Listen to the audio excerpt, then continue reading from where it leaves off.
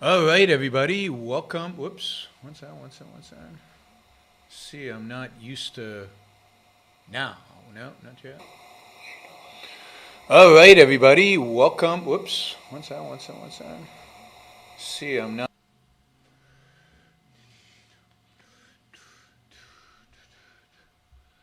Sorry, guys, some technical issues.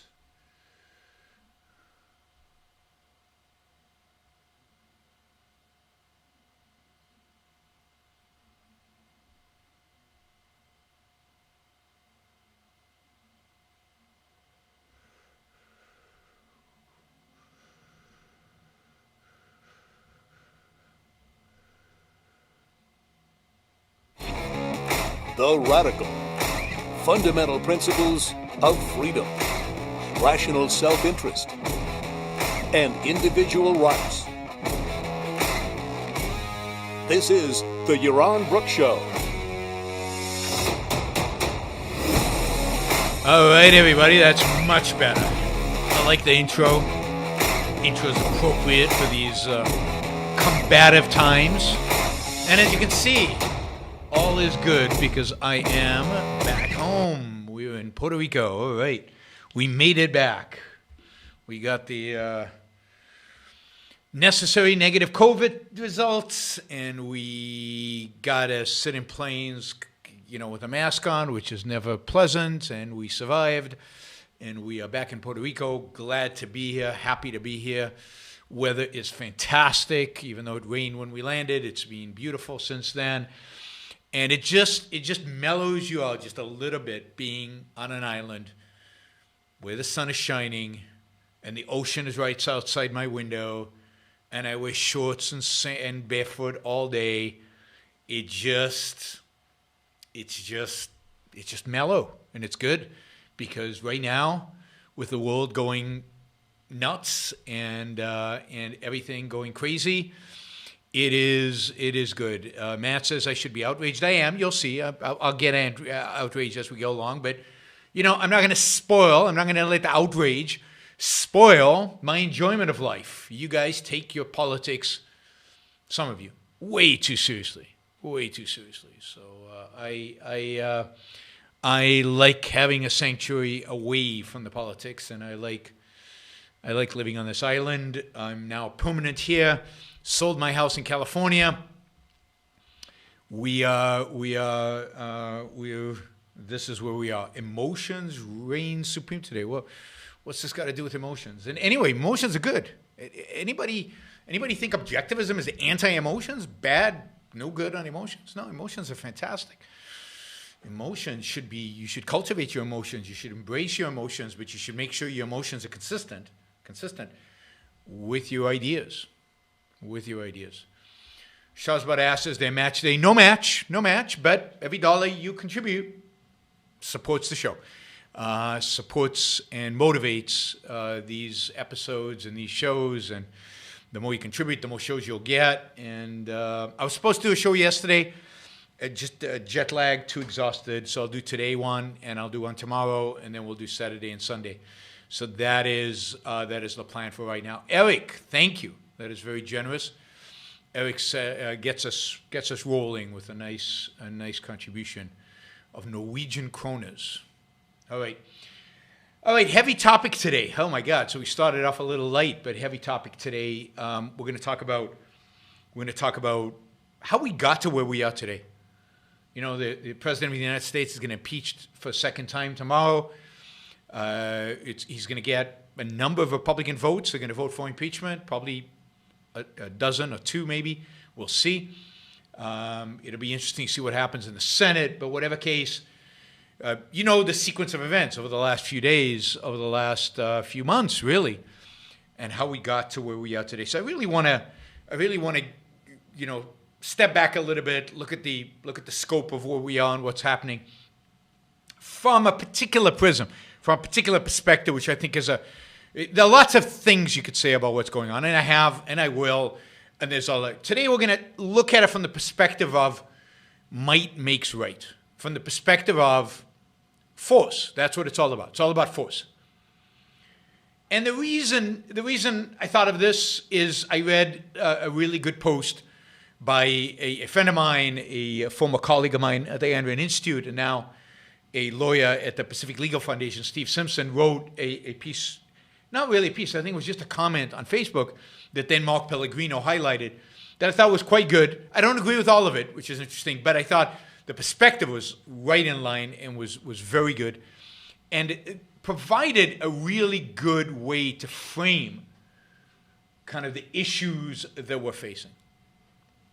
What we've seen over the last 9 months is groups in America asserting and acting as if might makes right. Now, and they are supported by intellectuals, by politicians, by people in leadership positions who are basically saying, because the cause is just, might makes right. Now, they don't say it like that, right? Because they know the implication.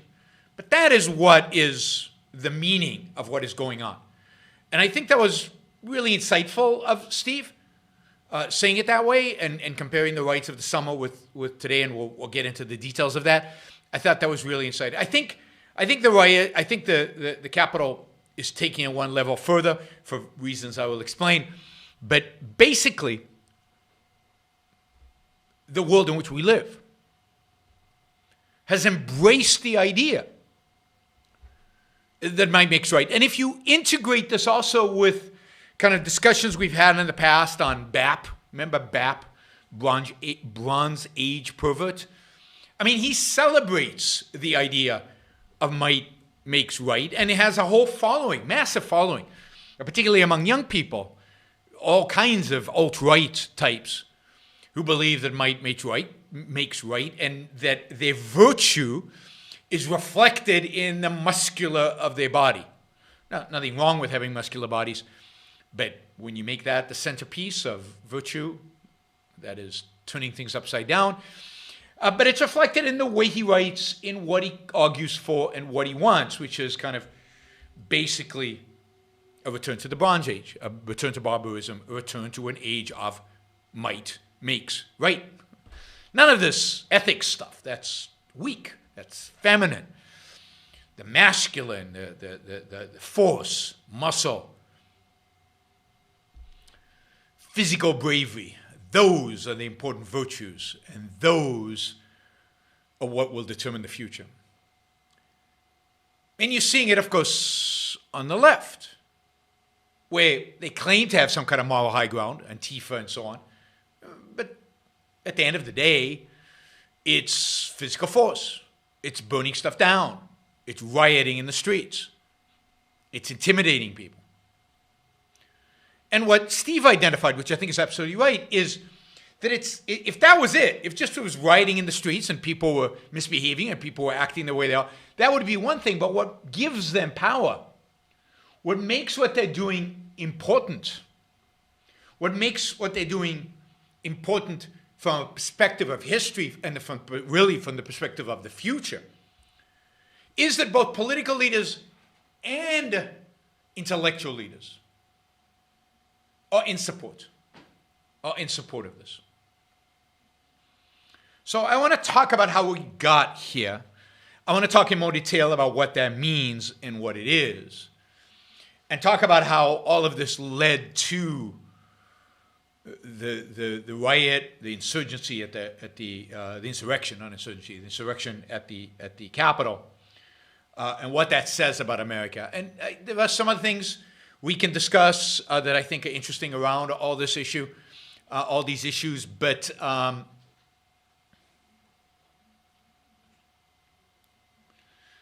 it's somebody says the Bronze Age was actually civilized. In comparison to what? To the Dark Ages that followed, okay, but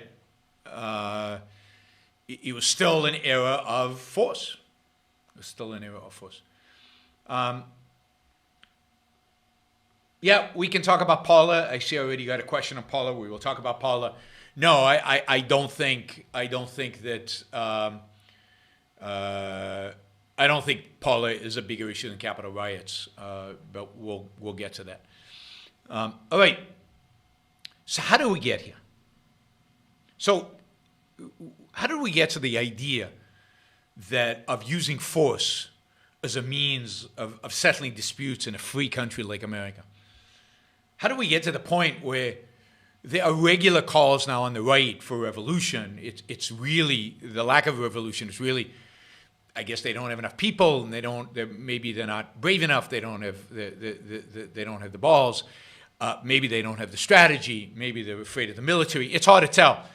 But basically, some of the people in the riot in D.C. were basically calling for a revolution. And some of the people justifying the riot in D.C. justified it in context of a revolution. These people haven't been listened to. These people are being exploited. These people are being used. This is just like some people I've heard, 1776. And in a sense, you heard the same thing in the summer. These people are being exploited. These people are not being listened to. There's systemic racism against them. What else can they do but demand their rights by force? That is, it's all about power. It's all about force. It's all about coercion. It's all about who's willing to exert that force.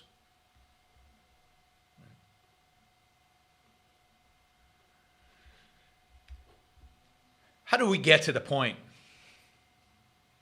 where a country built on the principle of reason, the principle of freedom, of individual freedom, the principle that disagreements get resolved peacefully through argumentation, where individual rights are respected above all? How do we get to the point where we're all fighting one another?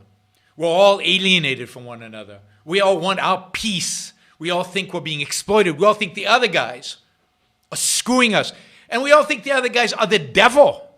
The devil. I mean, listen to some of the Trump fans.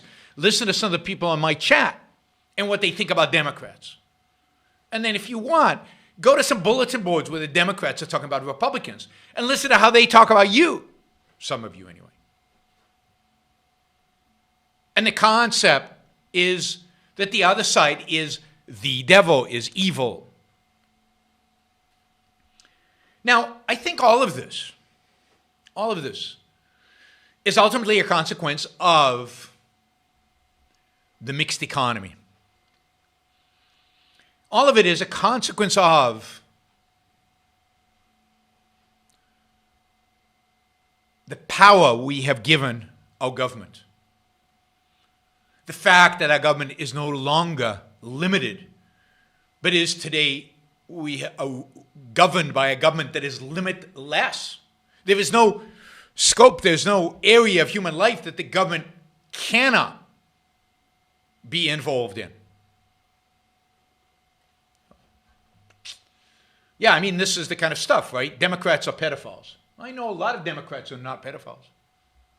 I mean, it's just a meaningless, stupid smear that means nothing. I mean, I'm sure there's some Republicans who are pedophiles.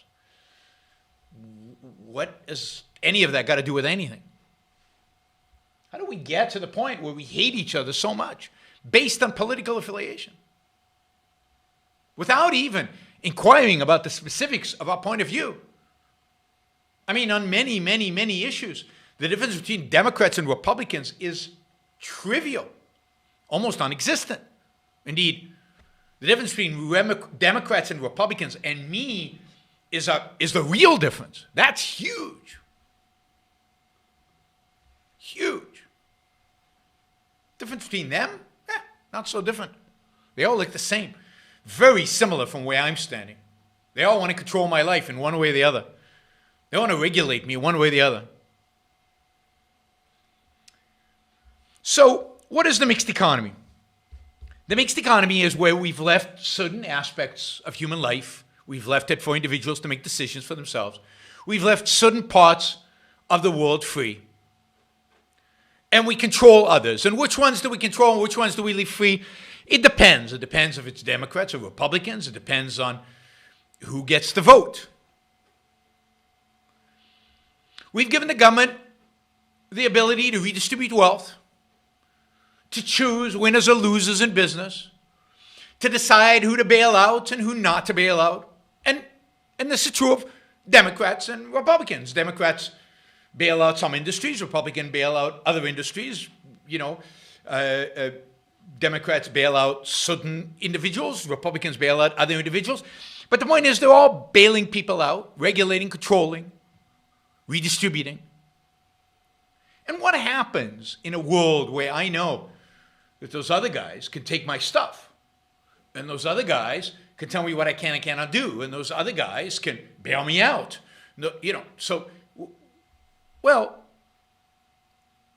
Whether I get money or money taken from me, whether I get my life controlled or not, is to some extent at least dependent on which group I belong to.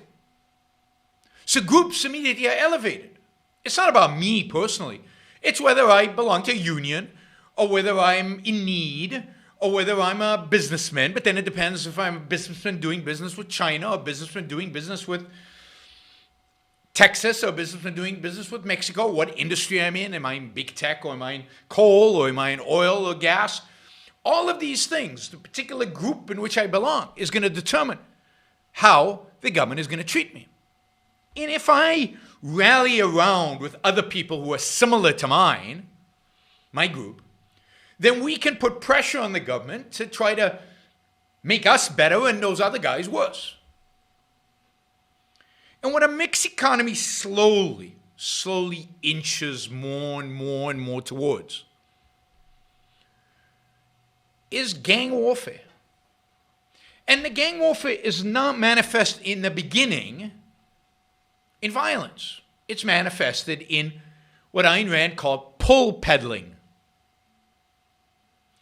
in trying to establish pull with the government, in trying to manipulate politicians, in trying to manipulate those who have the power to redistribute and control. And for decades in this country, we've been slowly establishing little gangs that vote, gangs that lobby, gangs that do what they want in Washington, D.C. to try to shift the resources around so that they get more and other guys get less, benefit themselves at other people's expense. And it's not just business.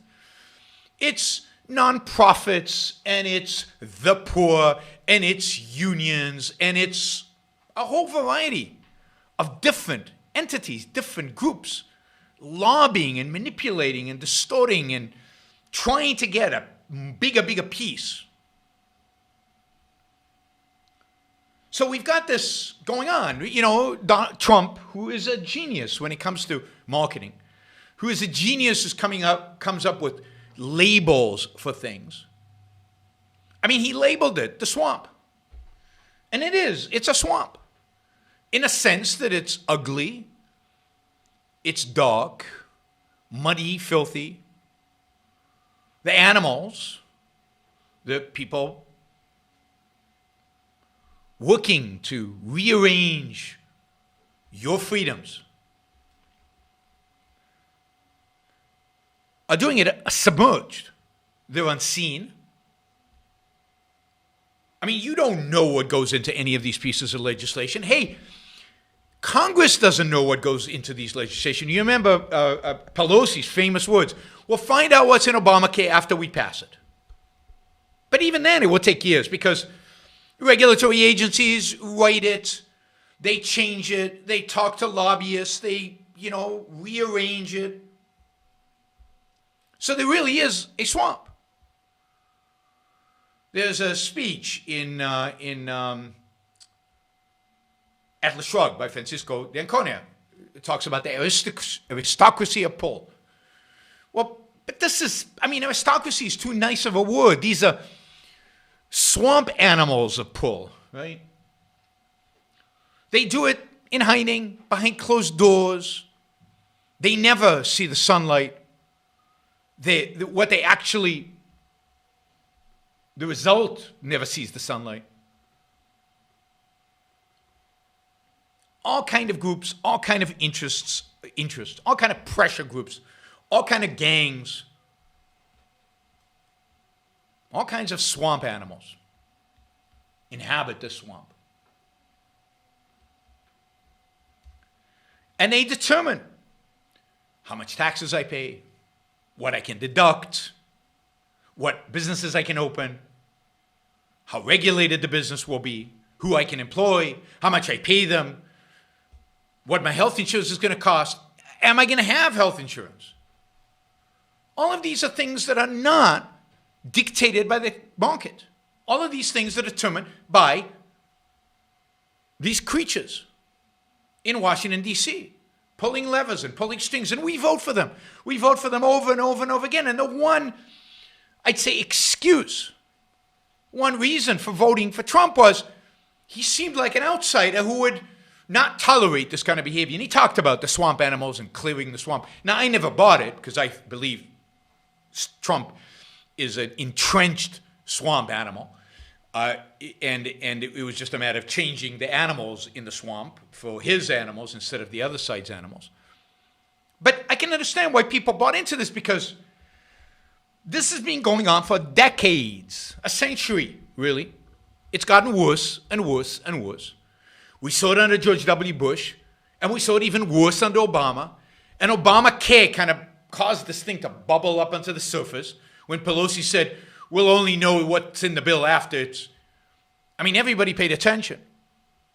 And it was a rallying call. And then the Tea Party suddenly was paying attention. And this other group was taking stuff away from me. This other group was taking my insurance away. They were taking my health care away.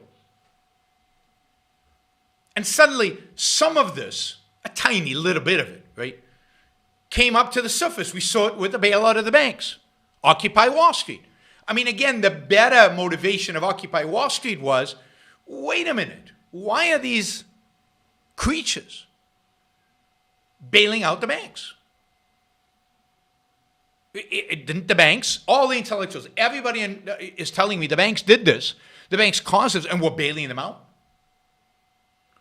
So in the late 2000s, early 2010s, you had all this stuff, the extent of which our lives are being controlled by these pressure groups, just came to the surface in ways that maybe it was hidden before. And maybe the fact that the economy basically was stagnant. People felt like they were struggling. I think they felt like they were struggling more than they were. And then on top of that, people were told that the world is a zero-sum game, that anything the billionaires make is at your expense, that the working class is no better today than it was 30 years ago. All lies, by the way, all lies. Where they're told by Pelosi, Biden, Trump, any of these guys, or Piketty or Krugman or any of these. It's all a zero-sum. Their gain is your loss. You've been stagnating. They've been getting richer. Or take somebody who did get richer, like Elon Musk, who on some days I admire greatly. And yet he made his next tranche of billions off of Tesla and off of solar energy, which both benefited massively from government subsidies. And he got rich. And the story is that the rest of us got poor. How?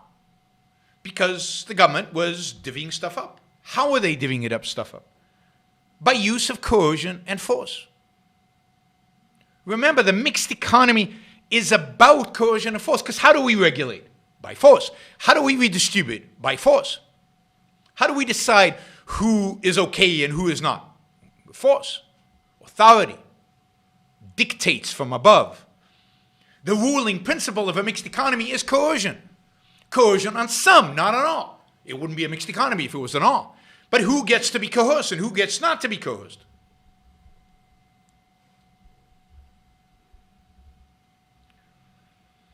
So force is the guiding principle of a mixed economy. Might makes right is all over the mixed economy. I mean, just replace might with a majority. Majority makes right. That's the evil of pure democracy. But it's not even the majority. It's not the majority that makes right. It's the powerful that makes right. It's the influential that makes right. It's the pull peddlers who make right. It's the people who pull the strings who make right, not the conspiracy strings, which is the easy explanation for what's going on. Oh, they're just 5 guys in the back there pulling all the strings, and that explains them all. And they happen to be Jewish bankers, and that, oh, whoa, that's obvious then. No.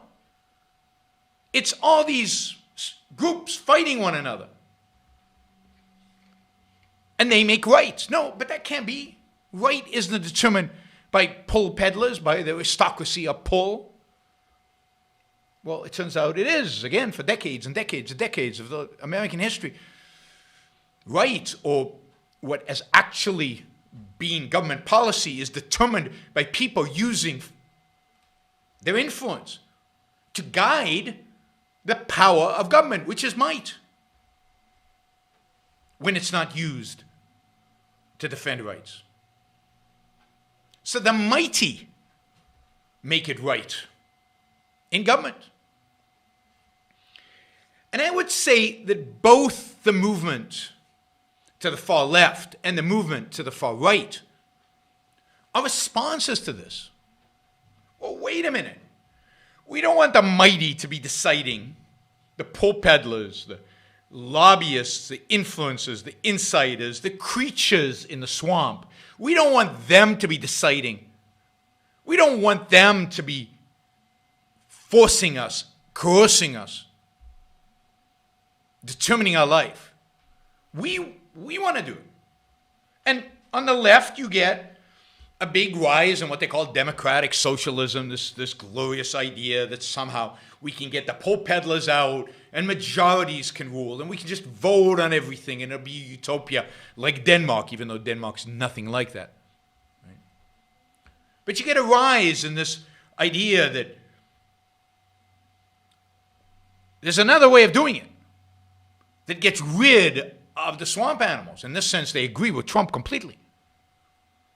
And the way to get rid of the swamp animals is to give more power to the people. It's to distribute things. It's to make everything more transparent and more open to the democratic process. Now, on the right, the original backlash towards what's going on in Washington was the Tea Party, which said, oh, the solution to this is a return to founding principles. It's a return to the Constitution. It's a return to limited government. But that didn't work out too well for them. First of all, they lost. They lost to Obama. And their representatives that they elected, the Tea Party senators and the Tea Party House members, didn't seem that different than the other creatures in Washington. And then a man came around and said, I can solve your problems. It's not through democratic socialism we solve these problems. It's not through more voting. It's by giving more power to a businessman who knows implicitly what you need. And we'll get rid of all the pull peddlers and all the creatures in the swamp and do the right thing for you. They exploited. A man who embraced the zero-sum world and told his followers, don't worry, the real evil is not among you, it's the swamp animals, it's the Chinese, it's the Mexicans, it's whatever. We've done this before. I've gone over this before. Of course, none of that actually happened. He didn't actually clear the swamp. But why didn't he clear the swamp? Well, we know. Because of the deep state. Because the Democrats wouldn't let him. because the forces arrayed against him, the forces of evil, of darkness, were too great for him to overcome in 4 years. They went after him from day one, so he couldn't get it done. So it's us versus them. But now, it's not anymore just a million different groups fighting for pieces of the pie, for the redistribution, for anything they can get. No, now, over the last 8 years, I'd say, it's coalesced into basically two groups. There's the left and the right. Again, policy doesn't matter because there's not that big of a difference in policy. But it's us versus them. It's generally the groups who believe that we can attain a solution to this mixed economy by shifting it towards socialism. And a group that claims that we can solve the problems of this mixed economy by shifting it towards nationalism. But both blame the other side for where we are. Both want a clean slate. They want to wipe all the swamp animals out. They want to get rid of them. Both are frustrated. Both are being told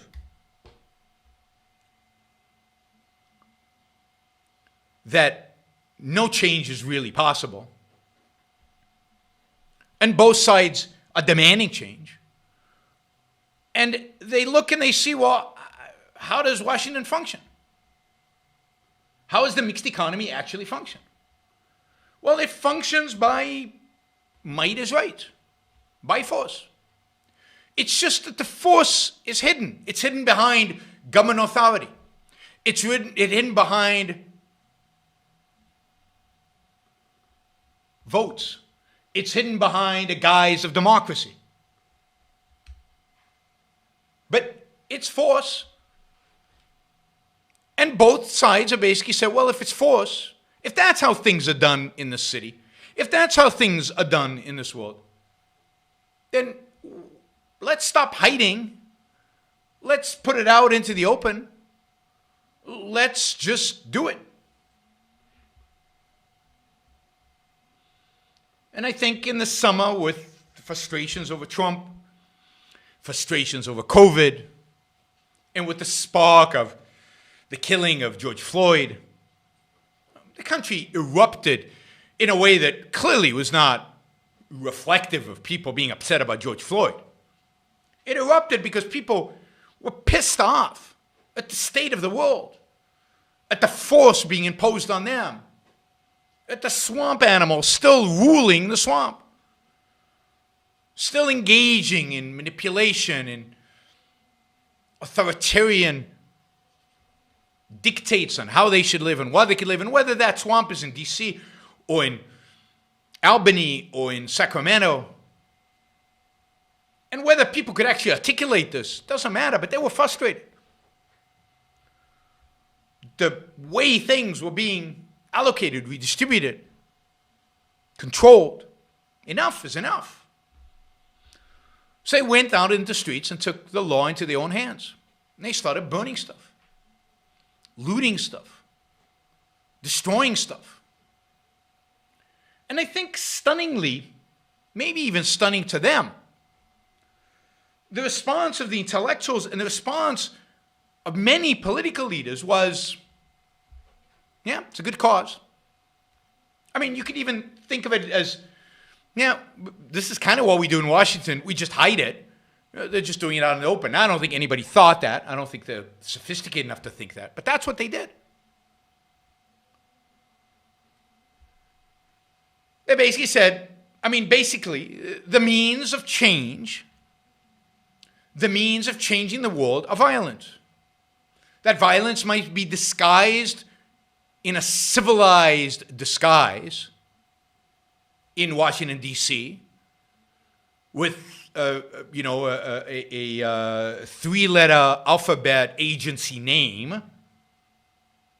But it's still violence, it's still force, it's still coercion. We're just playing by some rules that were dictated by whom? Not even by majority vote, but by some lobbyists and pressure groups and in some committee, in some room, in some place. Who knows how the rules get made? Well, in the streets, we know how the rules get made. In the streets, this isn't hidden anymore. And what you saw in the summer was, night after night after night of violence, of anarchy, of a complete mayhem in places like Portland and Seattle. But Chicago, you remember the awful looting in Chicago, and then BLM, the next day, having a demonstration in front of the police demanding that they release the looters that are being arrested. BLM claiming that looting was just another form of redistribution. And yeah, why not? It's a zero-sum world. And hey, the stores had insurance, so why is this a big deal? Once you legitimize force, once you legitimize coercion, do you think you can control it?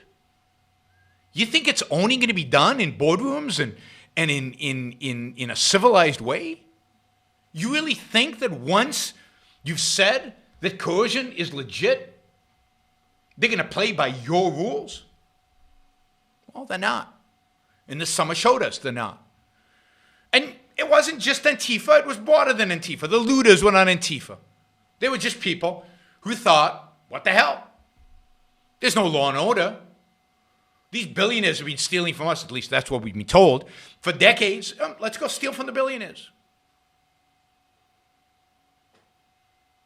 And the standard was force. We're going to impose this by force. And of course, nothing was done.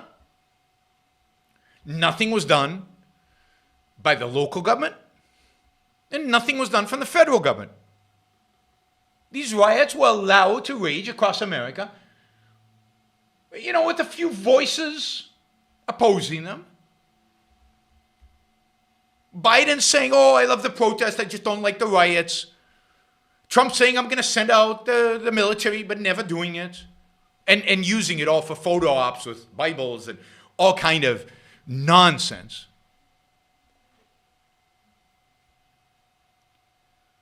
And you basically have the rule of violence in the streets. You have the mobs in the streets.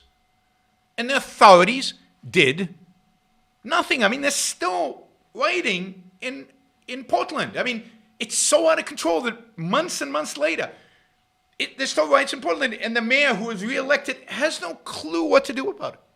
And when federal agents were sent in, they had no clue what to do about it.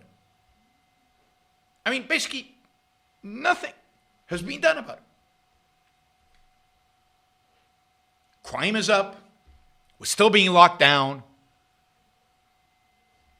But again, the violence of the summer, the violence that happens in a sense every day in Washington, D.C., all accepted, all part of the system.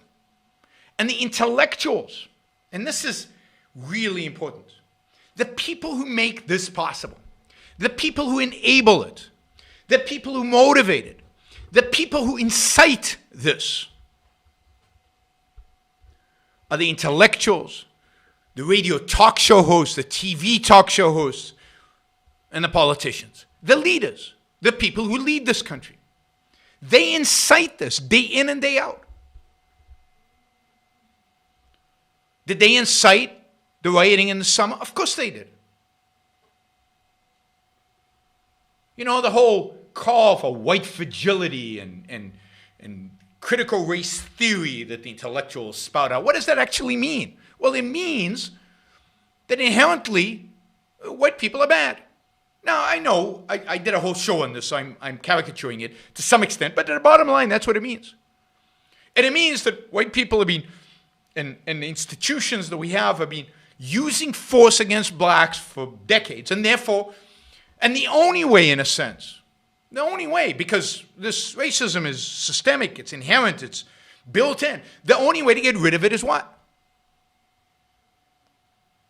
The only way to get rid of it is to undo the institution, to destroy them. The only way to get rid of it is a revolution. I mean, implicitly, the intellectuals of the left have been calling for a revolution for a long time.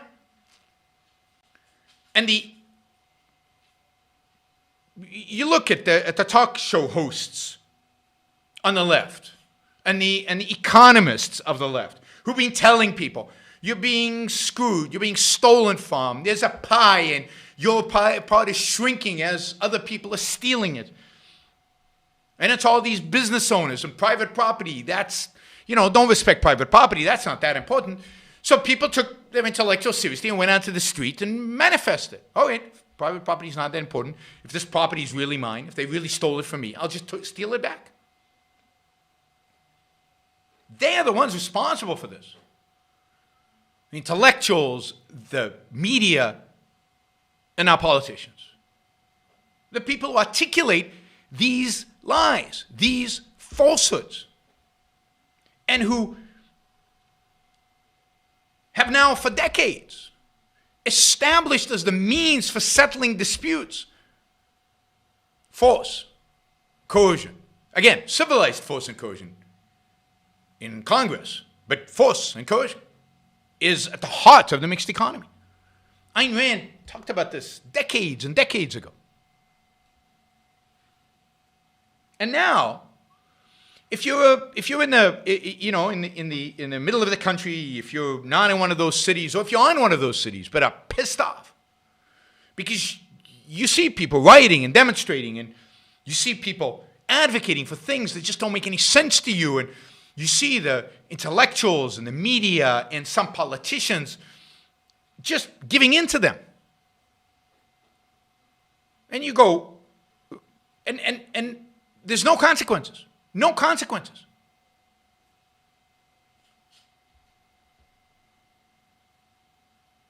What then? What do you do? And force has been legitimized because there are no consequences. And everybody, left and right, is saying, the talk show hosts, the intellectuals are saying, the only solution is revolution. Whether revolution of the left towards socialism or revolution of the right towards, whatever BS they claim they're advocating for.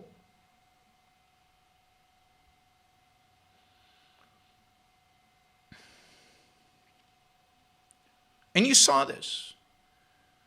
You saw this throughout the summer, the tension rise. You saw it leading up to the election, the demonization,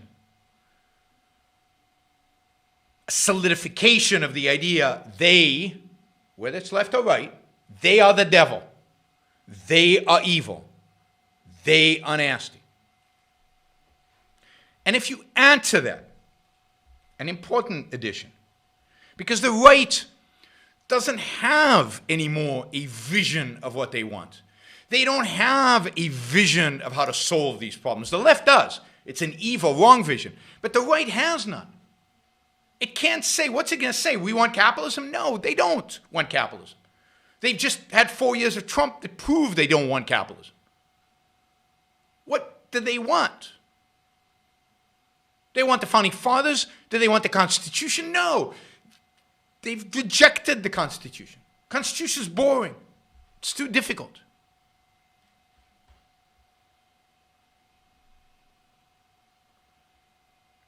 So they embraced a man, not a constitution. They embraced a man, not a set of ideas. They embraced Trump as the symbol of all that's potentially good. Why? Because he wants to drain the swamp. Why? Because he talks down to the people they view as evil. He talks down to the people who are violent, who used force. He fights against those that the right has labeled as evil and nasty and wrong and bad. And they embrace Trump. Not a cause, not an agenda, not an idea, but Trump. And everything is now manifest in Trump. So when the election happened and the Messiah lost, which he did, That was completely unacceptable to them. And it's one thing if it was unacceptable to them and that was it. But again, the intellectuals on the right, the talk show hosts on the right, the television hosts on the right, and the President of the United States and the people surrounding him kept feeding them a fallacy, kept feeding them a lie, kept feeding them fake news. They kept feeding them, oh no, he didn't lose. It was stolen from him because he can't lose because he is a Messiah. How can a Messiah lose?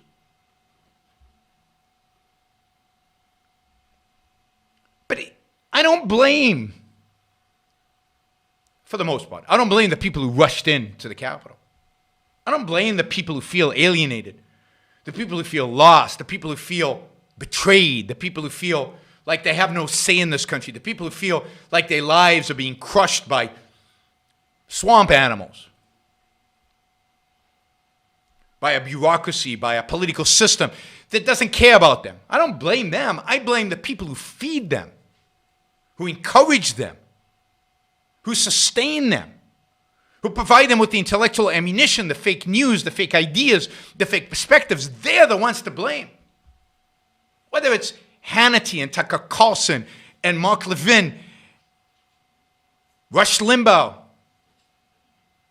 who last year, well, 2 years ago, whenever it was, who said, yes, we were faking it when we said that deficits were bad. We know deficits are fine, right? Because it's our guy running the deficits, and it's fine. If it's the other guy, then we lie. Putting to shame the idea that only the left does fake news. Rush Limbaugh does fake news, and he admits it. And from election day on, people are told the election was stolen from you. Force was used against you. The powers to be, the people around here, the people who hate you, the people who don't understand you, the people you don't like, they are running your life. They are manipulating you, and they are stealing from you. And you better do something about it. And you know what? Given that the election is over and Trump lost, what are you going to do about it?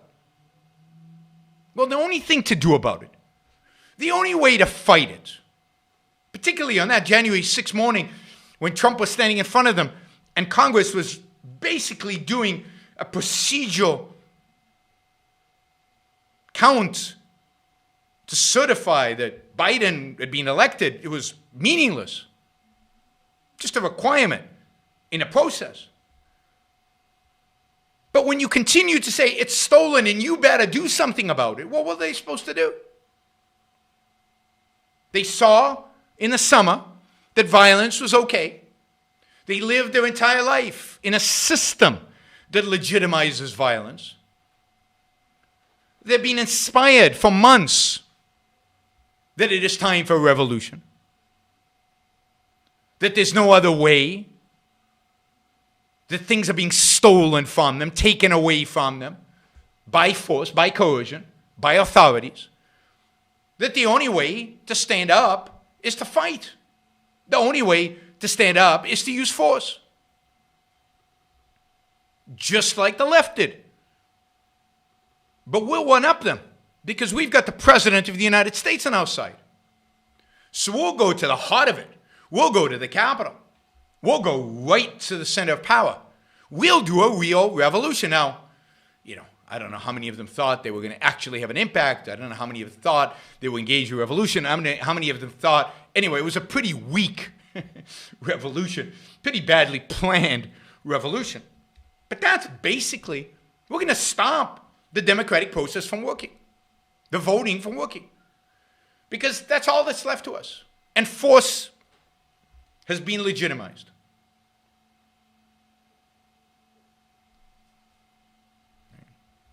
Being legitimized. And don't start arguing with me about this case or that case of election fraud. Give me a break. We're not going to talk about it anymore.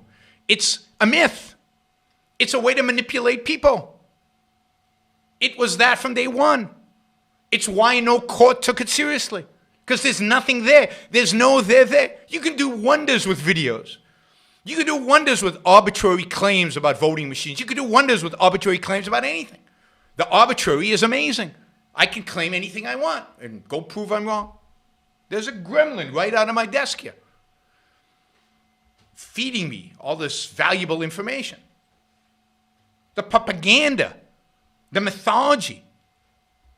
I blame all you people who are spreading this propaganda, who have not done the fact-checking, who have not gone and actually tested. I'm not talking about going to other right-wing places that vindicate what you think already, but actually doing fact-checking.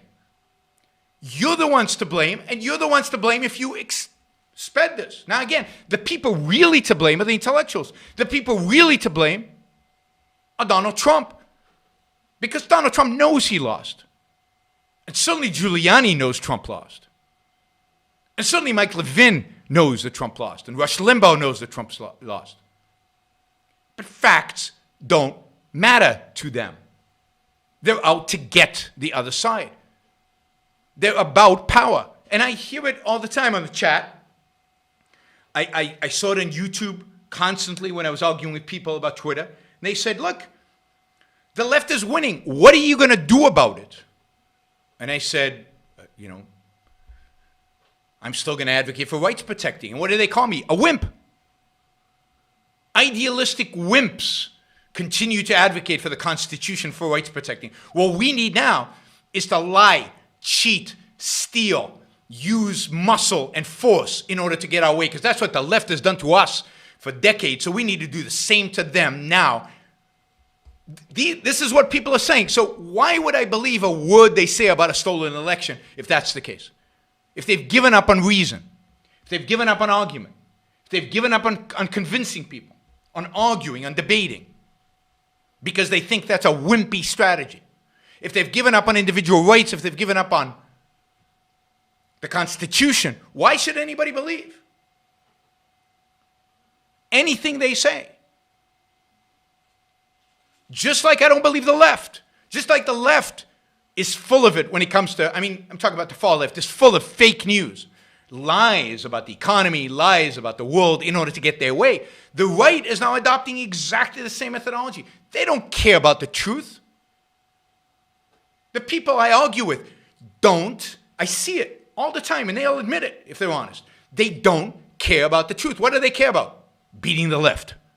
And they'll tell you, all they care about is beating the left. And the fact is, what does the left care about? Beating the right. And this all is an outcome, a consequence. A political consequence. The other philosophical consequence. It's all a political consequence of the ultimate political cause, which is the mixed economy, which is allowing the use of force against some members of society who don't deserve it. That is the use of the initiation of force. It's a consequence of redistributing wealth. It's a consequence of regulation. It's a consequence of bailouts. Ayn Rand always said this would devolve into group warfare. And all of it now is culminated in this group warfare. We got two groups, big groups. The radical, the far left and the far right, who view the other as evil, the enemy, the epitome of the devil.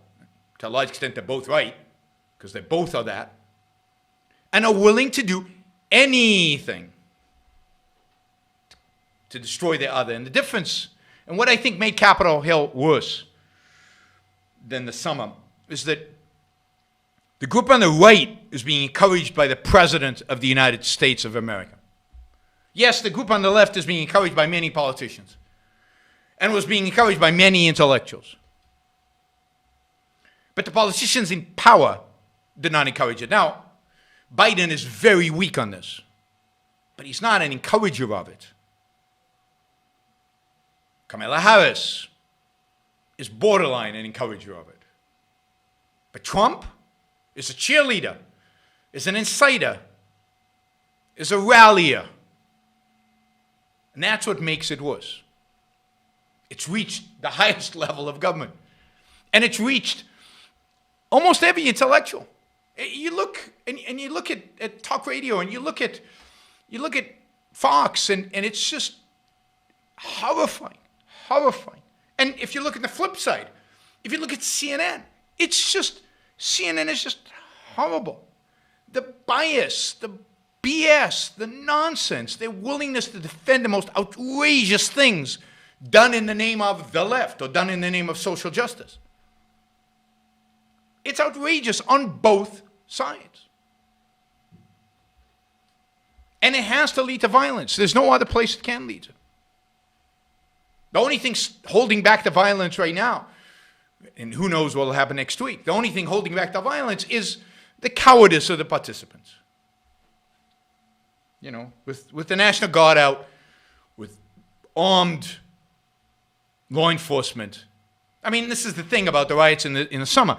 If law enforcement had stood up, had used their guns, had actually fought back, enforced law and order, if some of those Capitol Police had pulled out their guns, not inside to defend the Senate chamber or whatever, but outside before these people ever got in, they'd shot in the air and then pointed, and the rioters had been convinced that they would pull, none of this would happen. And the same with BLM riots. The same with the left. It is the failure of law enforcement, which has made it even more convincing now that force can work. But I think when the police are out in force, when the National Guard is out, they're too cowardly to actually go out and fight. And if, some people have compared numbers. They said, BLM in the summer killed a lot more people than the Capitol. That's true, but if you add up all kind of far-right violence and far-left violence, it's not as clear-cut. If you look at people like the guy who shot up the Pittsburgh synagogue, or you look at the guy who shot up the Walmart in El Paso, motivated by clearly a far-right agenda.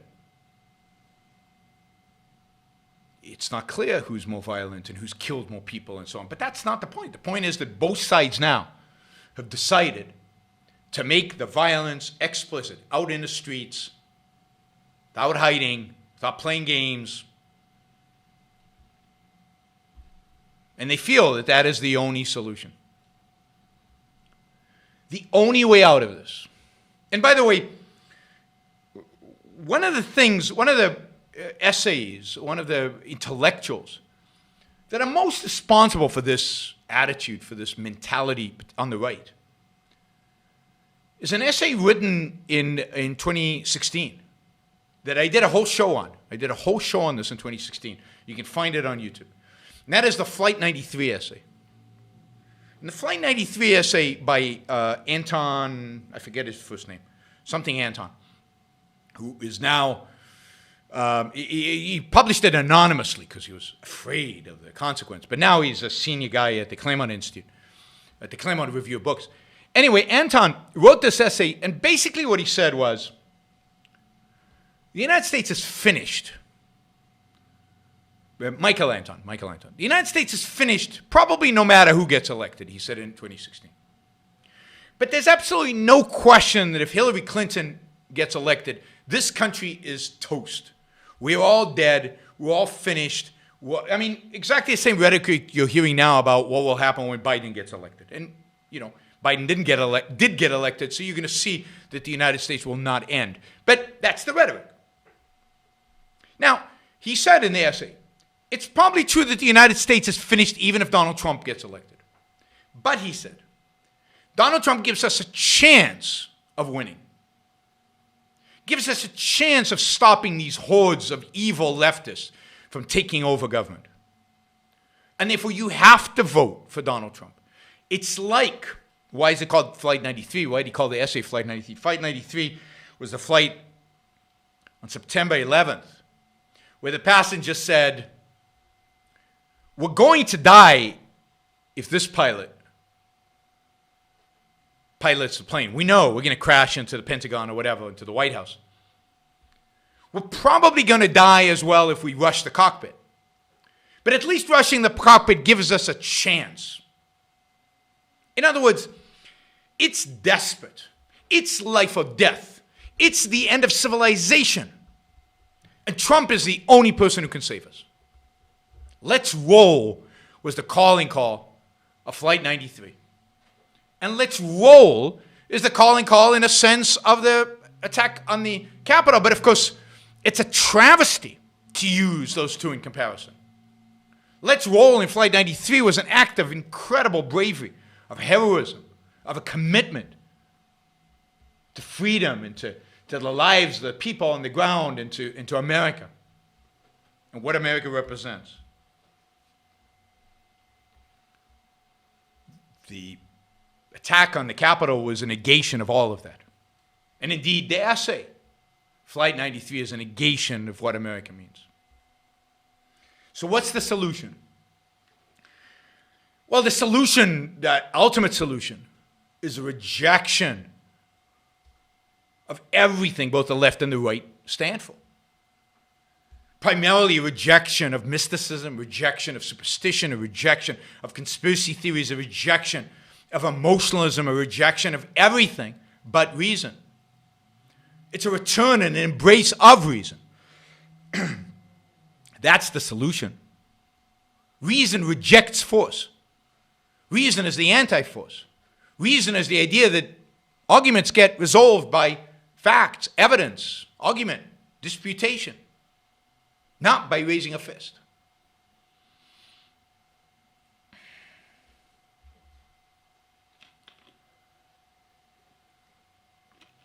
So it's a matter of rejecting all of the emotionalism that both the left and the right embody. But rejecting it with a alternative. The alternative being reason. Place reason in a place. You know, I shouldn't try to quote Thomas Jefferson because I'll butcher it. But remember what it says in the Jefferson Memorial about reason. And then in politically, it's about the rejection of collectivism. A rejection of all forms of collectivism, left and right. A rejection of the group as the unit. And an embrace of individualism. And what that means politically is a negation of the mixed economy. What we need is to limit government, to restrain its power, to do away with its ability to coerce and to force and to redistribute and to regulate and to control. As long as government determines who gets what, pressure, force, violence, coercion are the end result. There's just no way around it. We need to embrace capitalism. We need to embrace the separation of state from economic, state from our lives, other than protecting us. All right. So capitalism is the solution. Reason is the solution. Individualism is the solution. And it parks on both their houses, on the right and on the left. Because they are the collectivists, the emotionalists, the mystics, and the statists. Everything that we should be against. Everything that every American, real American, should be against. We don't need to decentralize. We don't need to secede because the people decentralizing and seceding are just as bad as the people who run things today. Small is not beautiful. It's ideas. It's what you think. It's your governing principles. It's not how big the group is that you're going to oppress. There's no more freedom at the state level than there is at the federal level. There's no more freedom at the county level than there is at the state level than there is at the federal level. And there is no more freedom at the little town level than there is at the county, state, and federal level. As long as the ideas are ideas of control, the ideas are ideas of oppression, the ideas of coercion, it doesn't matter how big the group is. how big the political unit is. What matters is what they do. All right. We have well over 200 people watching this. We have had over 200, so there's probably 500-600 people already seen this. But we only have 141 likes. So please, before you leave today, make sure to press that like button. If you like this monologue, which lasted over an hour, wow, that was a long monologue. I didn't think it would last that long, but it did. It lasted over an hour, full of energy, full of passion, and I think some good ideas. Please share the monologue. The monologue, I'm sure, will be brought out as a separate unit in the days to come. But share this show. Get it out there. Get the ideas out there. And, of course, if you thought the monologue was particularly good today, you can show your love by making a contribution through the Super Chat. All right, let us see. Whew, I'm sweating. It was kind of cool earlier. Now it's all gotten hot, opening the button. Whew. All right. Super Chat, lots of Super Chat. Now let me see. Let me see if we have some relevant to what we're talking about. All right. All right, we'll just run through some of these. I apologize, they're not in order, and they're not necessarily ranked by dollar today, although I'm going to get back to the dollar ranking, but they're going to be ranked at somewhat relevance. Okay. Do you believe the American people would vote out the tyrannical mayors and governors who enacted fascist lockdowns? No. I mean, the American people supported the fascist lockdowns. If you look at poll after poll, Americans support the lockdowns. They're pissed off that they're not stringent enough in some places. If they uniformly voted out from coast to coast, does that indicate the American sense of life is still in force? Yes, but it's not going to happen. I don't think there was any indication that it happened in November in those elections. I don't see it happening. Thank you, Michael. Thank you, Shaila. Appreciate the support for the monologue.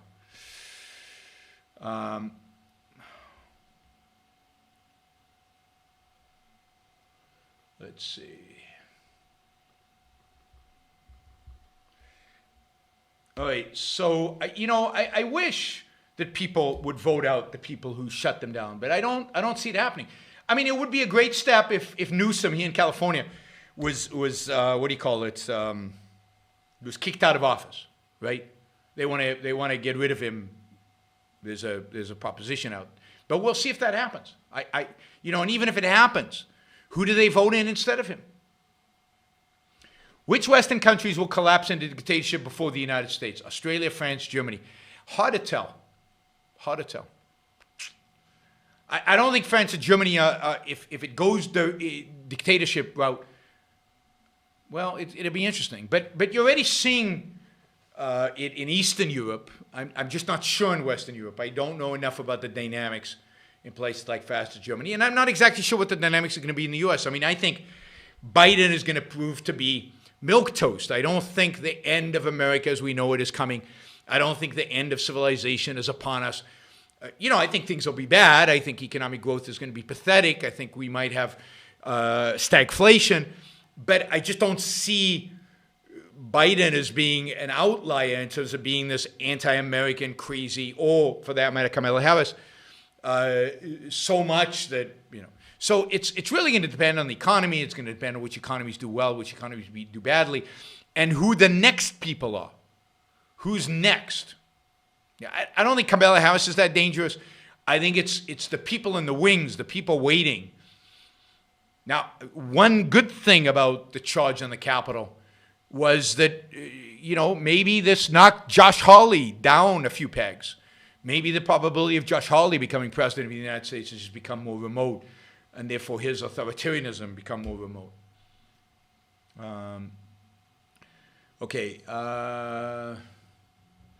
Do people with more narcissistic personalities tend to gravitate more to the political left or right? I don't know. A lot of narcissists on the left, Hollywood, and obviously Trump and people like that. I think they gravitate towards where they think they will get the best response and where they think they can exert power, whether it's left or right.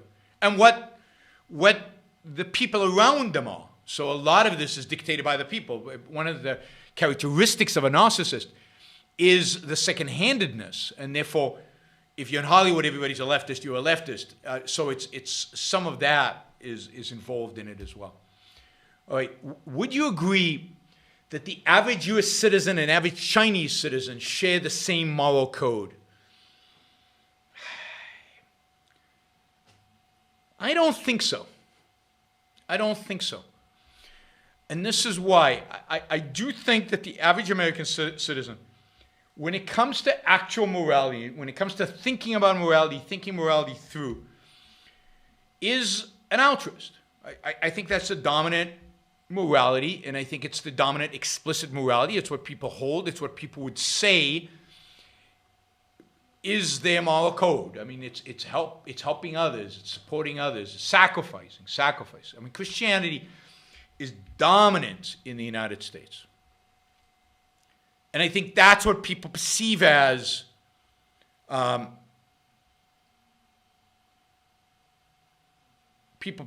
morality.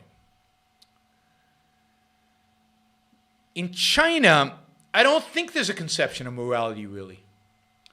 I think there are two things going on in China. One is total pragmatism.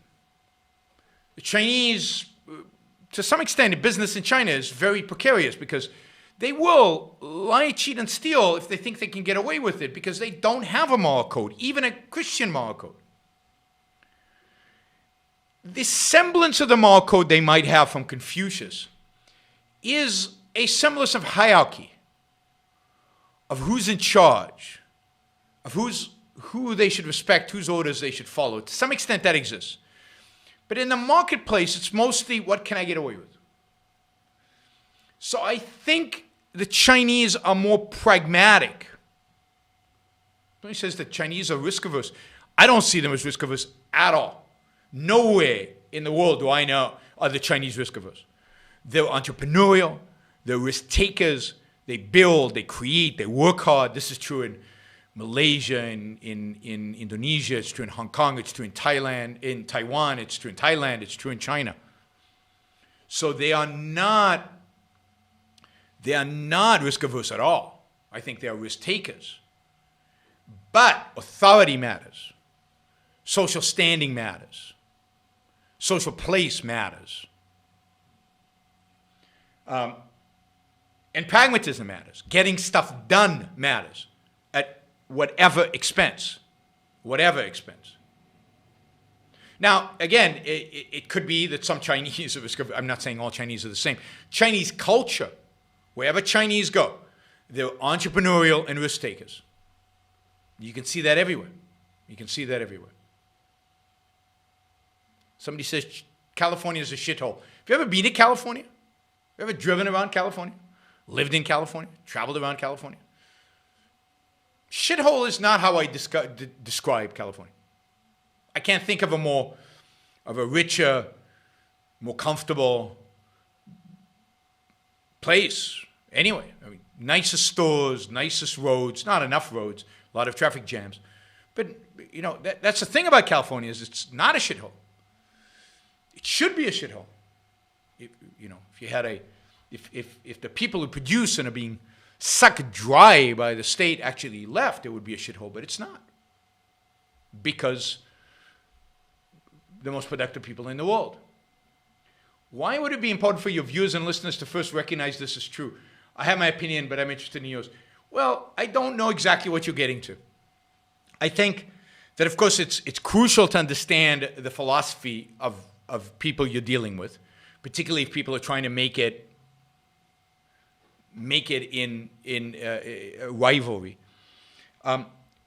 It's important to know that neither Americans nor Chinese, as you say, have a moral code rooted in reality, but nobody does, except objectivists and remnants in the Enlightenment are reality-oriented. And it's important to know that that pragmatism is on the rise in America. We certainly saw that with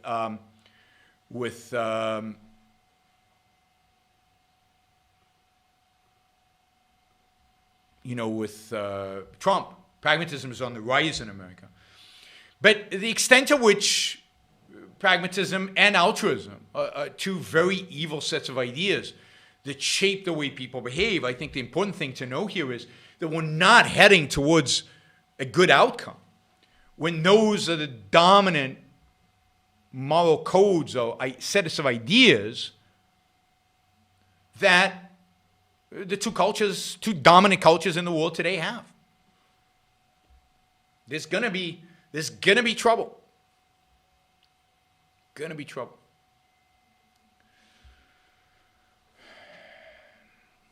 I mean, the areas that are shitholes are the areas in which the homeless people dominate in California, but most of California is not that way, including the cities. I mean, San Francisco is still one of the most beautiful cities in the world. Yes, stay away from the areas where the homeless are because they're horrible. Those are real shitholes. You're right. You're right.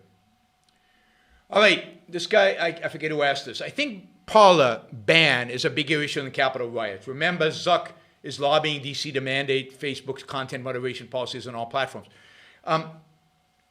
So I don't think Parler ban is a bigger issue. I think Parler ban is an issue, but it's an interesting issue. Parler ban is primarily a contractual issue. It's not an issue of, and it's a cultural issue, but it's not an issue of free speech. Free speech has nothing to do with it. It really is an issue of culture and contracts. The culture is such, and whatever Parler did or didn't do, big tech doesn't approve of what they did. And one of the mechanisms by which you can deal with somebody doing something that you don't like without using force on them. Let me repeat that. The way to deal with somebody who does something you don't like without using force on them is to boycott them, to ostracize them, to separate yourself from them. Parler did stuff that Amazon, Facebook, Twitter didn't like. So they boycotted and ostracized them. Now, whether the boycott and ostracism were within the realm of the contract, that is, to the extent that they were violations and not violations of the contract that Parler had with these entities, I don't know. That's a legal question, and Parler is suing Amazon, claiming that it's not, that Amazon has violated the contract with Parler. And we'll see in court who's right.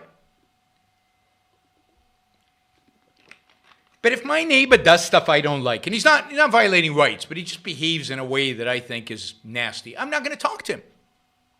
I'm not going to sell him stuff in my store.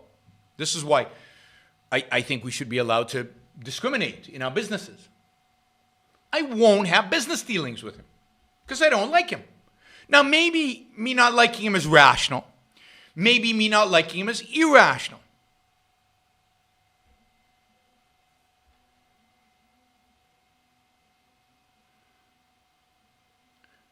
But it's my right not to deal with him. His right not to deal with me. And yes, boycotting some entities makes life very, very difficult. And a complete boycott of some entities is almost impossible. AWS, if you wanted to boycott Amazon Web Services, you could certainly avoid hosting your platform on their platform. But half the internet is on their platform. So, and you don't know which sites are hosted there and which sites are not. So it's almost impossible to boycott them. Okay, tough. So it's almost impossible to boycott them. Good for AWS. They've gotten so big that it's almost impossible to boycott them. So I think, Paula, that is the issue. It's an issue of boycott and ostracism. It's an issue of the culture that doesn't tolerate certain points of view. That's the issue. The issue is, should those points of view be tolerated or not? That's an interesting question. I think the problem is we tolerate too much. I think some of the people that have been banned from Twitter and Facebook, including the President of the United States, should have been banned. I think The problem is the inconsistency that Facebook and Twitter don't ban people like the Ayatollah and people like the BLM who are arguing for violence in the streets or argued the looting was redistribution of wealth. If we had banned them as well, then I think Twitter and Facebook would be doing a service to all of us, taking out the people who advocate for violence. I think the problem I have culturally with all these institutions is that they only see, and this again goes back to tribalism that I talked about earlier, they only see the evil on the other side. They only see the devil on the other side. Their side is fine, or any other side other than the other side. Jeremy asks, what do you think of the argument that the government is de facto leaning on tech companies via force laid out in the Wall Street Journal editorial, Save the Constitution of Big Tech? I haven't read the editorial, so I don't know. But I don't buy it in this sense. I don't think the government needs to. Because I think big tech is already on the left. It already shares these concerns. And it's true to some extent. The big tech is afraid of pissing the government off too much. But remember that up until November, government was the Republicans. And Ted Cruz wanted to regulate. So big tech has to, this balancing act between who's in power and who do they want to push off and who they... So it's not that they're following directions from the top. It's that they are impacted by who's in power, because who's in power will determine the regulations and controls on them. And they should be concerned in who's in power. And it goes back to my point. The mixed economy necessitates Paula. It necessitates these choices. It makes it impossible for big tech not to do this. I mean, what should big tech say? We don't care. We don't care what the Democrats and Republicans think. When the Democrats are in power, we don't care. When the Republicans are in power, we don't care. We're going to act the same all the time and let them come and destroy us. Let them come and break us up. Let them come and crush us. Well, of course they're sensitive to who's in power. Of course they're going to change their policies depending on who's in power, because who's in power has an impact on them. But who do you blame here?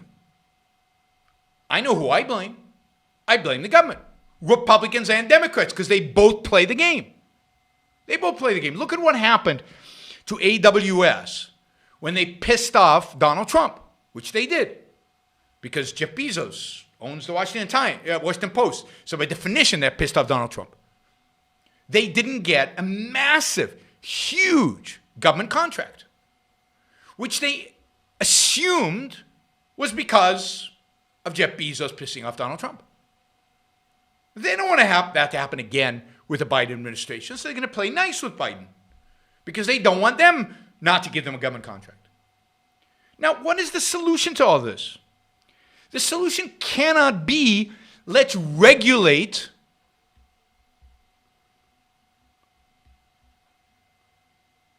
big tech more, or let's break it up, or let's intervene more in some way or another. The only solution to this is let's separate the economy from politics. And we're not going to do that in one day. So we can do that slowly. We can do that by advocating for the government getting out of this business, the government leaving these companies alone, the government not dictating to these companies they have to be neutral or not neutral or this or that, but let it work. The market work, as flawed as it is. As flawed as it is. If Amazon violated its contract with Paula, it will lose. And it will lose not just a lawsuit, but it will lose reputational capital. And there are plenty of other companies. Oracle, which Oracle, by the way, is run by somebody who's a big supporter of Donald Trump's. So you think, oh, politics is, yeah, I mean, maybe they would pick up some of the slack that AWS loses. Or maybe it's Microsoft. Or maybe it's some of these other entities that are offering competing products to AWS. There are lots of ways to do this. But the only one that is illegitimate is to use the government.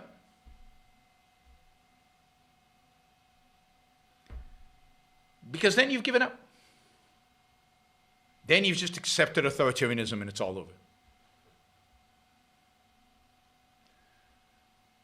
All right, let's see. In the response to BLM over the summer, not once did any authority condemn BLM as a terrorist group or start drafting draconian anti-terrorist bills to respond. The rhetoric used of late is far worse. Certainly on the right, people did. They called them terrorists. Certainly on the right, people condemned them in the most vicious terms. There were certainly calls on Congress to declare, Antifa was declared a terrorist organization, right, during this time. It was declared by the Trump administration a terrorist organization. And there were clearly calls on BLM, for BLM to do the same, although they weren't taken seriously. Now remember, BLM is this package deal. It's this mixture of people who are rioting and people who are demonstrating. And there was a lot of people demonstrating who were not rioting. And a lot of the BLM, or at least some of the BLM leaders, condemned the riots, not all of them. So it was a real mixed bag. But to deny that there was opposition to the riots is just not true. It's just not true. And BLM was clever because they couched their demonstrations in terms that attracted people both on the left and right. It attracted many people who were against racism. And it's only later, as the riots happened and as BLM's true nature came out, that people started realizing, wait a minute, my support for BLM, and BLM's support dropped dramatically over the summer. Do you believe objectivism is true, or is it true? I'm not sure what the difference is. Maybe not every single element, but the foundational identifications about reality and epistemology. If it's merely your opinion that the philosophy is true, then it's not objective and absolute. Well, there is nothing else but my opinion. I don't understand that, right? I mean, to say something is true is for a consciousness, me, to identify something in reality to see concurrence with the idea and reality. But there has to be concurrence between my consciousness and reality. So, I think it's true. There's nothing else to say. It is true. Yes. That's why I think it's true. Because it corresponds to reality. So it's not your opinion. Well, who cares about that? No, my opinion is, if it's an opinion that I have certainty around, it is the truth. Right? Truth is about the concurrence of my idea to reality. And if I say this is true, then it means my idea is reflected in reality. So I think objectivism is true. I don't know that every part of it, every aspect of it, but it's arbitrary to say one day somebody will discover something. That's just arbitrary. Based on everything I know about the world right now, it's true. Servant party, emphasizing politics as servant wiping away crime, not dictates. I have no idea what that means. What are your thoughts on the blue states subsidizing red states talking point? I think it's extremely flawed and comes from a vast amount of context that is purposefully left out. I mean, yes, but there's an element of truth to it. It's true that if you look at, for the federal government, the amount of money the federal government gets from citizens of certain states, and the amount of money given to citizens in certain states, some states have a negative balance. Citizens in those states have a negative balance, right? So California citizens pay more in federal taxes than California gets in federal benefits.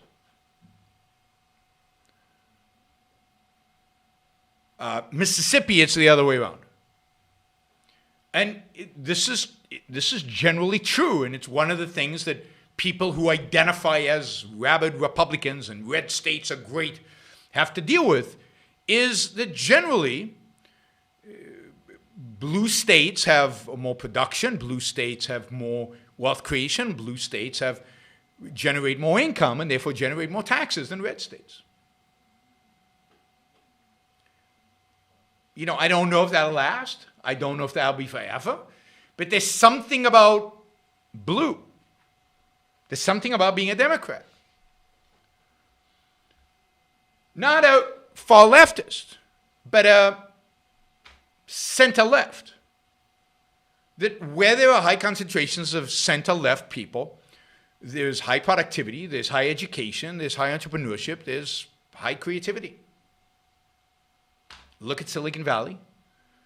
Look at Wall Street. Look at Austin, Texas. Look at most university towns. But look at Boston, where you have a thriving biotech area and a lot of wealth. And yet, the left of center. So you can't just dismiss the left on those, you have to have an argument.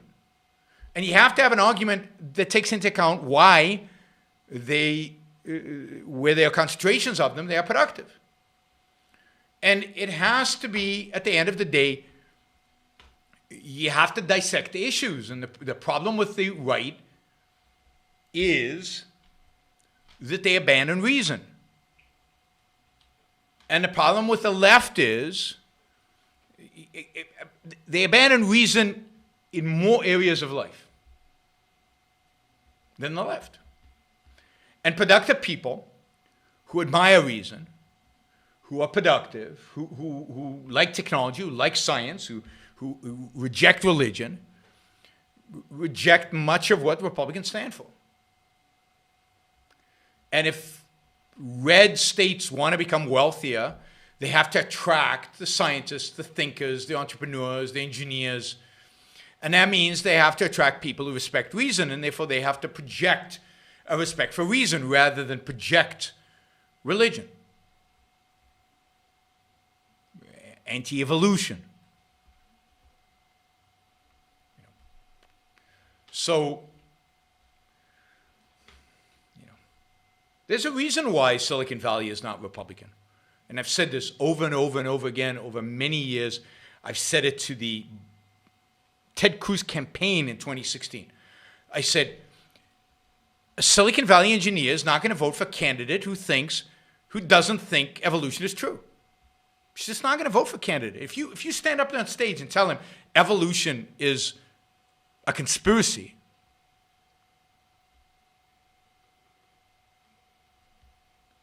then he's not going to vote for you. And that's a big part of the problem we have. New party you mentioned rather than GOP servant. Oh, I don't remember giving it that name or mentioning it that name. There's no news on a new party. I know nothing. I did mention a couple of months ago that I was working with a group of people who were thinking about trying to resurrect the Republican Party in a post-Trump era or trying to launch a new party. We're trying to do something different. That effort failed before it even began. And it's gone nowhere, unfortunately. So I did a lot of work with them, spent a lot of hours with them, and it's all down the drain. As every time I get involved in any kind of effort around politics, always happens. Jelani asked me if I don't believe in a higher power. No, I don't know what a higher power even means. I believe in your power and my power. I believe in the power of the human mind. That's what I believe in. I don't believe in a God.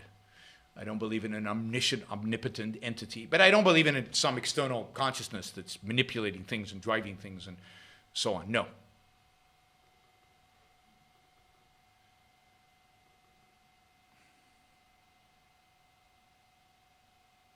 Oh, my sample size is massive. It's all of human history. It's all of science. It's all of evolution. It's sample size to make conclusions. Massive. All right. Johan, are there any groups out there fighting against the false dichotomy of populism, intellectualism, that a society is the primary determinant of truth? Yeah, I mean, the better people out there,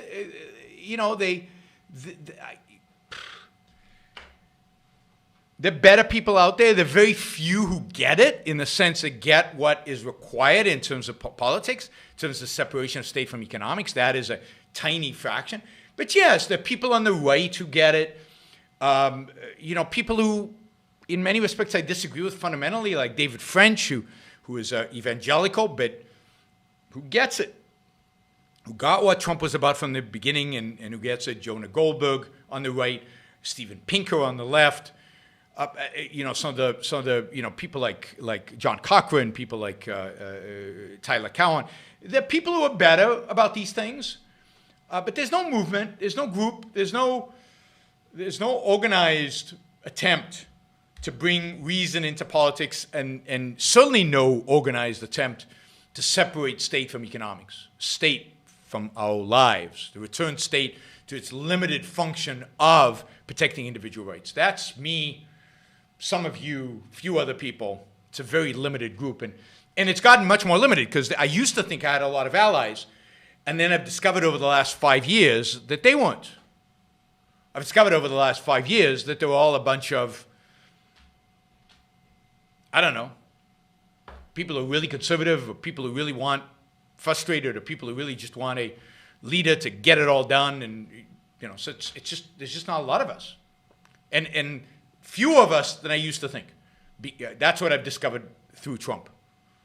Trump has brought out, in a sense, the worst of them. I mean, Pinker is a leftist when it comes to economics.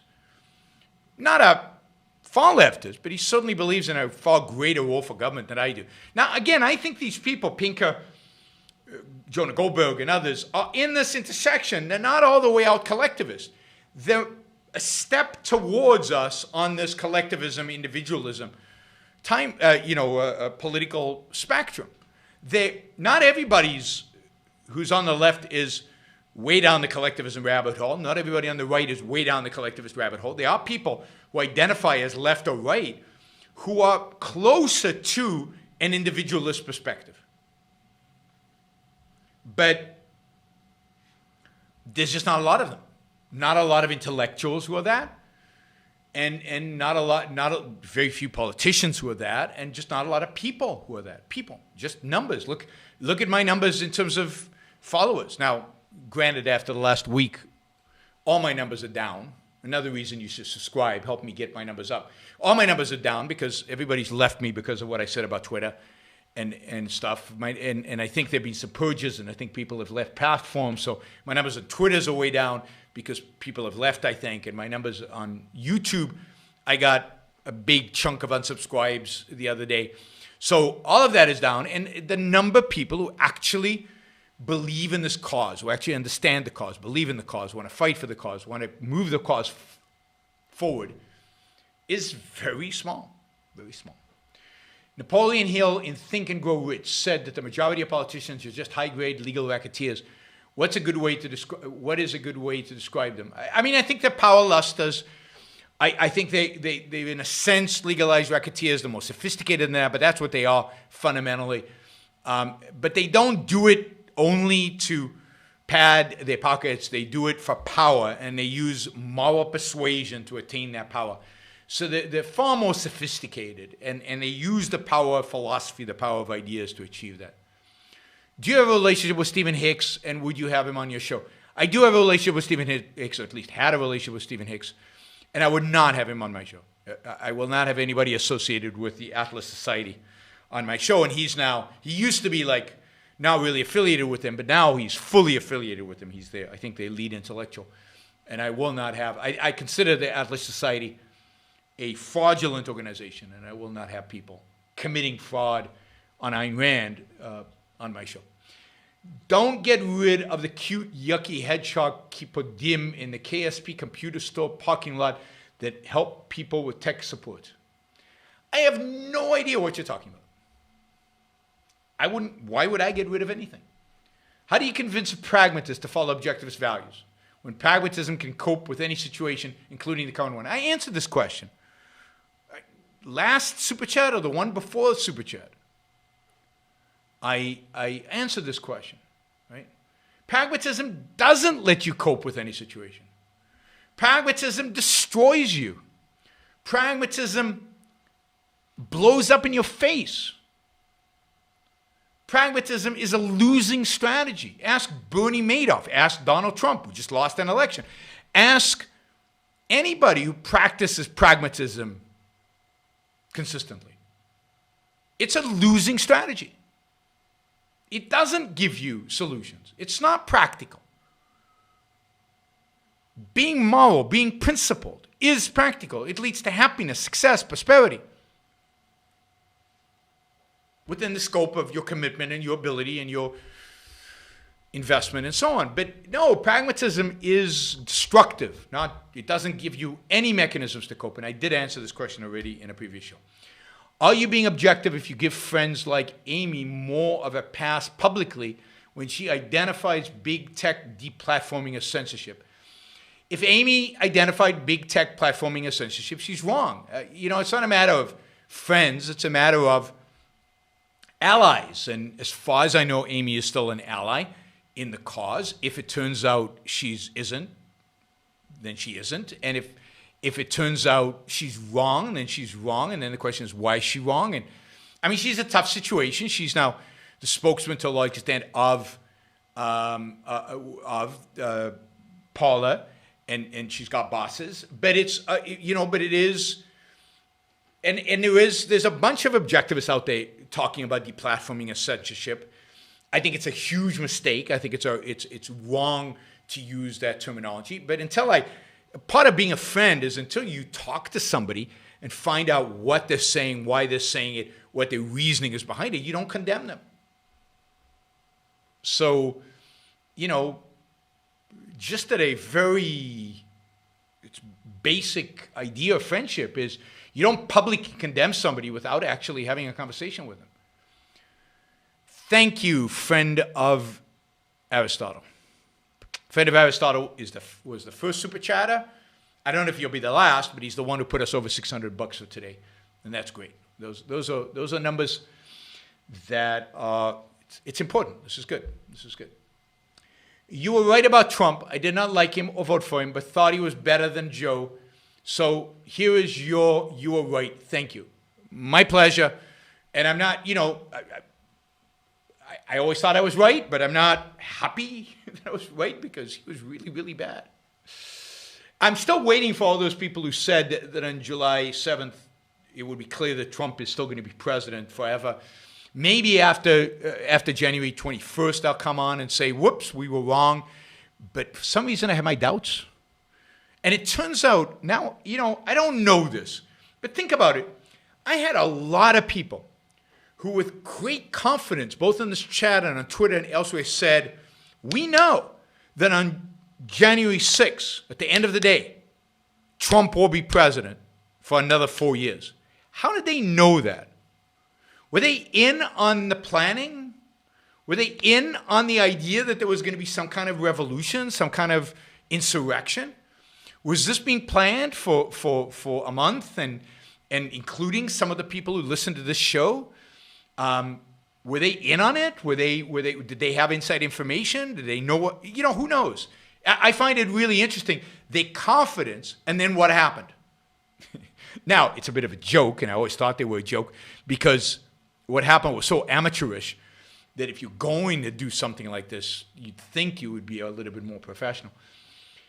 Yuan, I do not condone or endorse the actions that took place. I understand them as well. However, would you agree that the response to the Make America Great movement was absolutely disproportionate compared to the response to BLM over summer? Not once did any authority condemn BLM as a terrorist group or start drafting draconian anti-terrorist bills to respond. The rhetoric used as of late is far worse. No, I don't think, it depends who.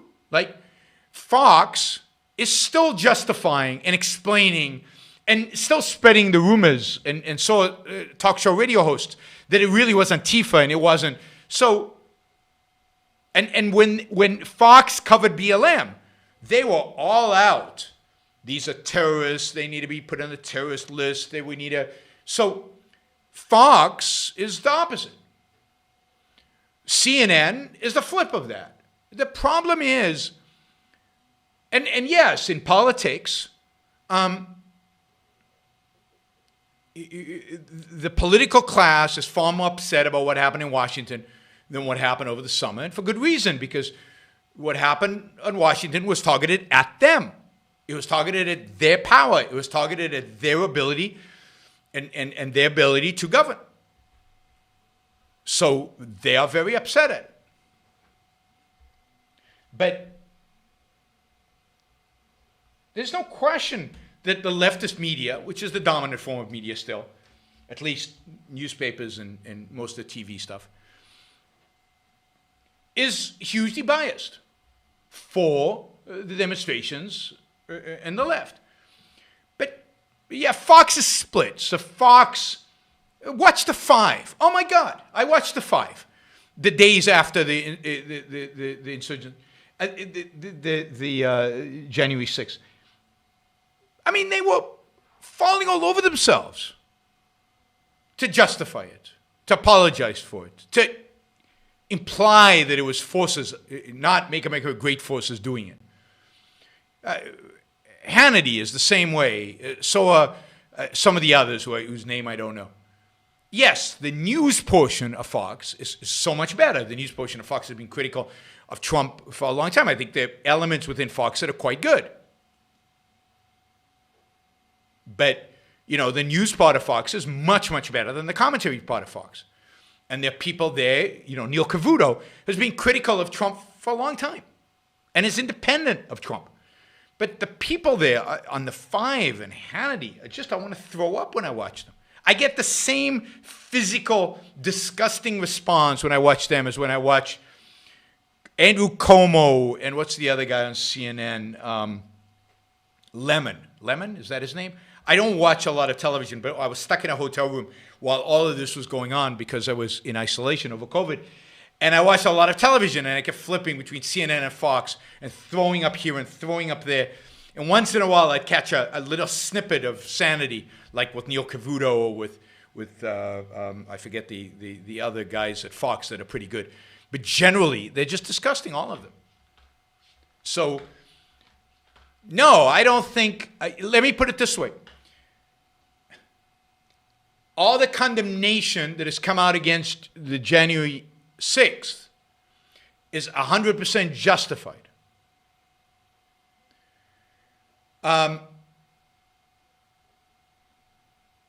What is not justified is the lack of condemnation of what happened during the summer with BLM and Antifa. So you have to calibrate how the response should be, oh my God, they're overreacting. No, the response was, you should have reacted more strongly in the summer. You all should be horrified by what happened January 6th. Not understand it, but horrified by it. Just as horrified as you were by the Antifa and BLM. All right, that's fair that the rhetoric was Flight 93. However, given the witness that was seen as the collective leaders condoned violence and blocked civil liberty, it was a stretch to feel desperate. It wasn't a stretch to feel desperate. Flight 93 was written in 2016. Where was there condoning violence and blocking civil liberty? I mean, there was some of that, but it wasn't emphasized. There was the IRS, there was a few other things. But there was, think about what Snowden told us about what happened under Bush. Why did we think, in terms of, NSA listening in on us and violations of civil liberties? So why did we think Trump was going to be any different? And why was there this panic and Trump is the savior attitude? That Flight 93 brought into the culture, and it wasn't justified. It was justified to worry about a Clinton presidency. It was justified to worry about a Trump presidency. It was justified to worry about the state of American culture. And it was justified to think that we were heading towards an abyss. But the idea that our only savior could be a Trump, and that if Hillary Clinton would have been elected, we were dead, we were finished, it was all over, that was panic. And it was very, very bad culturally, and it did enormous damage to the right, to people on the right, to the more reasonable people on the right. Because that's how they started thinking, and reason went out the window because it became an emergency. In an emergency, reason is out. I mean, at least to these people, reason is out in action. It's all about action, and it's all about force, and it's all about beating the other guy, and it's all about having more power than the other guy, and it's all about might makes right. That's what emergency generates. People are comparing terms of service agreements to formal contract with signatories. They're very different documents, yes, and they're written in very different terms. Terms of service agreements, if you read them, basically, if you read the terms of service agreement, basically give the Twitters of the world the right to drop you, and YouTube here to drop me from their service at their own whim, basically. And we agree to that by participating. They're not exactly contracts, and they're written in a way that a contract typically wouldn't be written, because they're very one-sided. There's no arbitration, there's no way for you to, which I think is wrong. I think they should be more objective. I think there should be a way to challenge the decision. I think there should be some kind of mechanism by which people can feel comfortable that they're not going to be dropped unless they do X, but they know what X is. So I think all these services are doing a disservice to their customers. I think all these services are bad in a sense of how they treat their customers.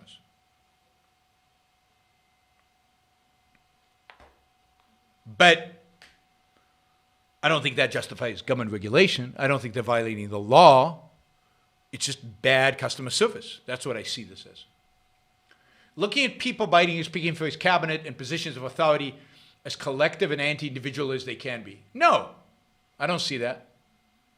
I don't see that at all. I see people who are relatively moderate, who are left of center, clearly collectivist, but I thought the people that Trump took for many of his cabinet positions were collectivist and anti-individualist. Yeah, I mean, these ones are typical left of center people, but that's not AOC. I don't see AOC or it could be much, much, much worse. And this is the kind of panic that is just not justified. This is not the kind of cabinet that can change the world. This is not the kind of cabinet that is going to rally people around a socialist revolution. This is not the kind of cabinet that is going to destroy the institutions of America. This is the kind of cabinet that will incrementally, slowly take away your freedoms, just like every other cabinet has done for the last 100 years. This is not a revolutionary cabinet at all. Again, you're probably reading about these people from a particular slanted media that wants you to panic. Peikoff's book on fascism claims fascism is about taking power, period, not ideas. Well, yes, but ideas are what shape the culture to make it possible for the fascists to take over. But yes, fascism doesn't have a coherent set of ideas. I mean, if you think about Mussolini, who invented the term fascism, Mussolini was very smart, by the way. He's always depicted as this bubbling idiot, but he was very smart. But Mussolini was a socialist who figured out that the socialists didn't have what it took to gain power. They were too weak. They were too internationalists. They were too intellectual. So he started his own political power that were basically adopted socialist policies, but was about gaining power, was about holding power, was about doing whatever it needed to do in order to gain power. Fascism is about gaining power. It's just a status that socialism is. If you had $1 million portfolio, could you comfortably take out $50,000 a year and make it last forever? So $1 million, $50,000 is 5%. I mean, probably if you invested well, you should be able to generate a return that is 5% or greater. You know, it's reasonable to assume that you can generate between 5 to 8% over time. There's no guarantees into the future, but yes, there'll be years where you do better than 5%, and there'll be years where you do worse than 5%. But on average, you should be able to generate 5%, and therefore live on the $50,000 forever.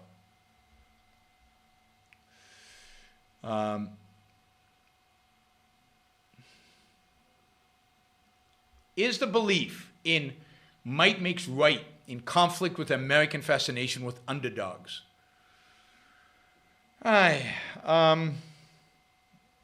Interesting question.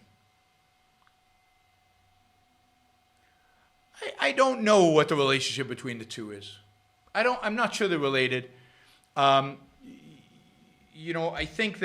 don't think people hold the idea of might makes right explicitly. I think it's just the world in which they live, and they've adopted it because that's how the world seems to work. But that's an interesting question. I don't have an answer. That happens once in a while. Might makes right seems like Nietzsche. Has Nietzsche influenced the culture, made people less altruistic in certain areas like political power and sports teams? I mean, yeah, in a sense, made them more nihilistic, made them more question everything, and make them more focused on might. But might makes right as a negation of ideas.